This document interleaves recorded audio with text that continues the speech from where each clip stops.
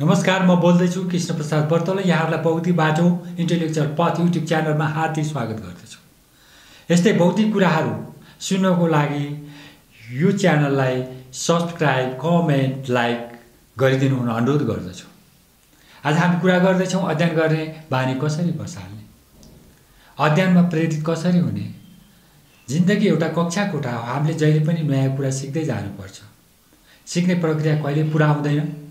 अझ झन् कलेज स्कुलमा पढ्ने विद्यार्थी भाइ बहिनीहरूले त झन् अध्ययनमा बानी बसाल्नु पर्ने हुन्छ। तसर्थ आजदेखि नै तपाईँहरूले अध्ययनको बानी लाउन सुरु गर्नुहोस्।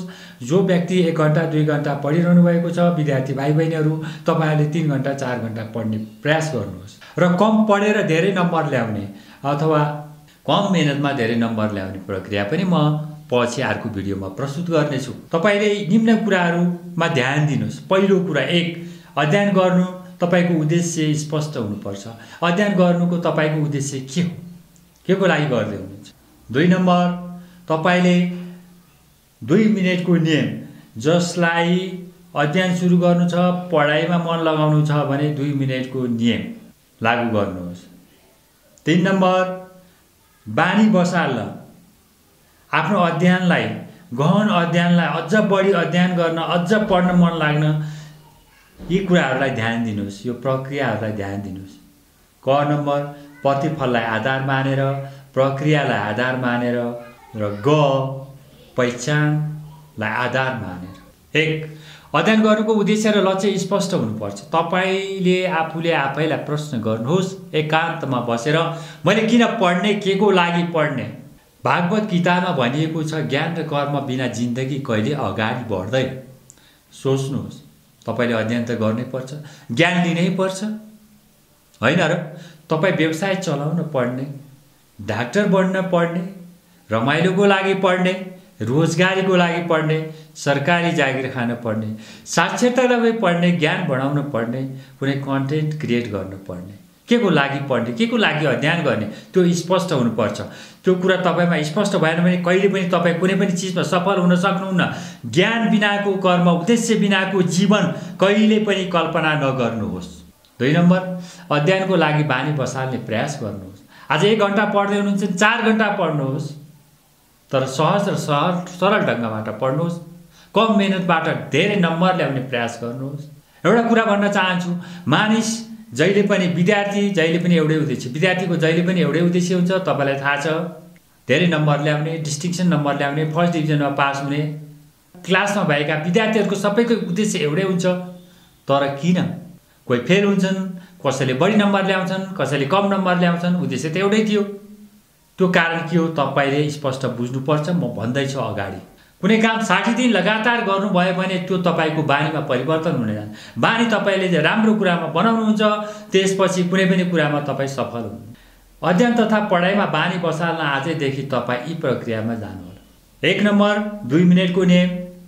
एटोमिक ह्याबिटका लेखक जेम्स क्लियरले स्पष्ट लेखेका छन्, हरेक दिन तपाईले लामो अवधि लिएर होइन कि छोटो छोटो अध्ययन गरेर 1 पेज 2 पेज अथवा 2 मिनेट मात्र पढेर तपाईले अध्ययनमा बानी लगाउनुहुन्छ। यदि नयाँ व्यक्तिहरू हुनुहुन्छ, राजनीतिज्ञ हुनुहुन्छ, व्यवसायी हुनुहुन्छ भने त्यसरी सोच्नुहोस्। कर्मचारी हुनुहुन्छ, अध्ययन त गर्नै पर्छ, एक दिन न एक दिन तपाईले ज्ञान लिनै पर्छ। त्यसकारण बिस्तारै बिस्तारै हिँड्नुहोस्, पछाडि नफर्किनुहोस्। एकैचोटि म धेरै पढ्छु, एउटा किताब आजै सिद्ध्याउँछु भनेर नसोच्नुहोस्। त्यसको लागि तपाईँ समय लिनुहोस्, 60 दिनसम्म लगातार गर्नुहोस्। छोटो छोटो समय 2 मिनेटमा तपाईँ अगाडि पढ्दै अगाडि बढ्नुहोस्। आज 2 मिनेट, भोलि 2 मिनेट, पर्छ। अर्को छ, आफ्नो बानी परिवर्तन गर्दा निम्न 3वटा तहलाई आधार बनाएर अगाडि बढ्नुहोस्। प्रतिफलमा आधार, तपाईको आउटकम के हो, उद्देश्य के हो, यो त खालि तपाईलाई निर्देशन दिन्छ। म पढ्छु, अध्ययन गर्छु, यो जागिर खान्छु र म पैसा कमाउँछु, त्यसरी अगाडि नबढ्नु। जागिर पाएन भने के हुन्छ, व्यवसाय चलेन भने के हुन्छ, त्यसलाई फोकस गर्ने होइन। हाम्रो उद्देश्य एउटा हो, तर हामी अर्को छ, प्रक्रियामा सुधार गरेर, कुनै पनि चिजको प्रक्रियामा सुधार गरेर तपाईँ अगाडि बढ्नुहुन्छ। तपाईँको अध्ययन प्रक्रिया के छ, तपाईँको रुटिन के छ, तपाईँको किताब कहाँ राख्नुहुन्छ, नोटबुक कहाँ राख्नुहुन्छ, कपी कहाँ राख्नुहुन्छ, कतिखेर कुन सब्जेक्ट पढ्ने, गाह्रो विषय कहिले पढ्ने, सजिलो विषय कतिखेर पढ्ने, तपाईले त्यसको प्रक्रिया बनाउनु पर्छ अनि स्पष्ट हुन्छ। हामीले प्रतिफललाई भन्दा प्रक्रियामा बढी ध्यान दिनुपर्छ। 3 नम्बर, पहिचानलाई आधार बनाएर। यसमा 3 तह छ, एउटा प्रतिफललाई आधार मानेर, प्रक्रियामा सुधार गरेर, पहिचानलाई आधार बनाएर। त्यसकारण तपाईले प्रतिफललाई आधार मानेर, प्रक्रियामा सुधार गरेर सबैजना जित्न चाहन्छन्। किन एउटाले मात्र जित्छ त? उद्देश्य त एउटै थियो। यसमा बुझ्नुहोस्, गहन कुरा छ। अरू कुरा पहिचानलाई आधार बनाएर पनि अगाडि बढ्नु। म व्यवसायी बन्छु भोलि, म राम्रो कर्मचारी बन्छु, म नेपाल सरकारको सचिव बन्छु, म कुनै प्राइभेट कम्पनीको सिइओ बन्छु, म कुनै त्यो आइडेन्टिटी बेस्ड तपाईको ह्याबिट चेन्ज गर्नुहोस्। त्यसले गर्दा तपाईलाई तपाईको अध्ययनमा धेरै नै सहयोग गर्छ। अब अर्को छ डिस्ट्र्याक्सन भर्सेस कन्सन्ट्रेसन। कन्सन्ट्रेसन कसरी गर्ने, डिस्ट्र्याक्सन भनेको के हो? कन्सन्ट्रेसन भनेको एकाग्रता हो। डिस्ट्र्याक्सन भनेको तपाईको एकाग्रता नहुनु, विचलित हुनु, ध्यान भङ्ग हुनु। त्यसकारण तपाईले डिस्ट्र्याक्सन हटाउनु भयो भने कन्सन्ट्रेसन अवश्य हुन्छ, तपाईको अध्ययनमा ध्यान लाग्छ। हामीले डिस्ट्र्याक्सन 2 किसिमको हुन्छ, बुझ्नु पर्यो, एक्सटर्नल र इन्टर्नल। बाहिरी डिस्ट्र्याक्सन के हो त? जुन बाहिरी वातावरणबाट जुन तपाईको हल्ला आउँछ, तपाईलाई डिस्टर्ब हुन्छ, ध्यान केन्द्रित हुँदैन। उदाहरणको लागि टिभी चलिरहेछ, टिभीबाट हल्ला भयो, साउन्ड आयो भने तपाईले टिभी बन्द गर्न सक्नुहुन्छ। यदि टिभी बन्द गर्न सक्नुहुन्न भने तपाईँ अर्को कोठामा अथवा अर्को स्थानमा स्थानान्तरण अथवा सर्न सक्नुहुन्छ।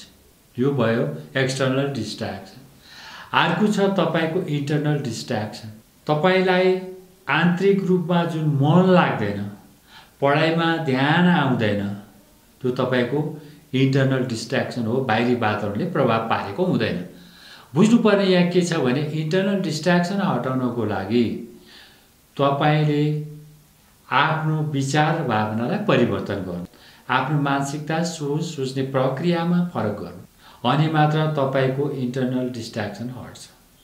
तपाईलाई अध्ययन गर्नु छ, अध्ययनमा मन लगाउनु छ, तपाईले एउटा त उद्देश्यमाथि ख्याल गर्नु पर्यो, दोस्रो कुरो तपाईको सोच र मानसिकतामा परिवर्तन गर्नु पर्यो। भनेपछि कुनै पनि फल हामीले परिवर्तन गरेर हुँदैन, त्यो थोरै कम धेरै के हुन सक्छ, तर तपाईले आफ्नो जरा परिवर्तन गर्नु पर्यो। इन्टर्नलमा तपाईले एउटा भावना र विचार परिवर्तन गर्नु पर्यो। दोस्रो कुरो तपाईले प्राणायाम, योग, मेडिटेसन गर्न सक्नु पर्यो।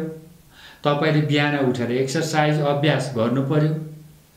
त्यसले गर्दा तपाईलाई धेरै फाइदा पुग्न जान्छ र तपाईको ध्यान बढ्न जान्छ, अध्ययनमा ध्यान बढ्न जान्छ, एकाग्रतामा वृद्धि हुन जान्छ।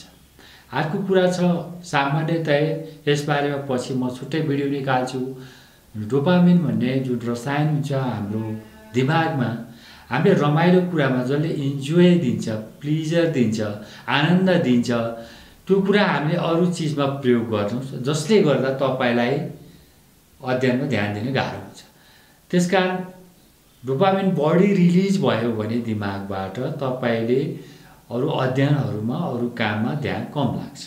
हामीले यदि इन्टर्नल डिस्ट्र्याक्सन र एक्सटर्नल डिस्ट्र्याक्सन हटाउन सक्यो भने ध्यान केन्द्रित गर्न सक्छौँ अध्ययनमा। अन्य कुराहरू हामी पछि प्रस्तुत गर्नेछौँ। अध्ययनको सम्बन्धमा, अध्ययनमा कसरी मन लगाउने, पढाइमा कसरी मन लगाउने हामी अर्को भिडियोमा प्रस्तुत गर्ने नै छौँ। आजलाई यति नै। तपाईको दिन शुभ होस्। जय होस्।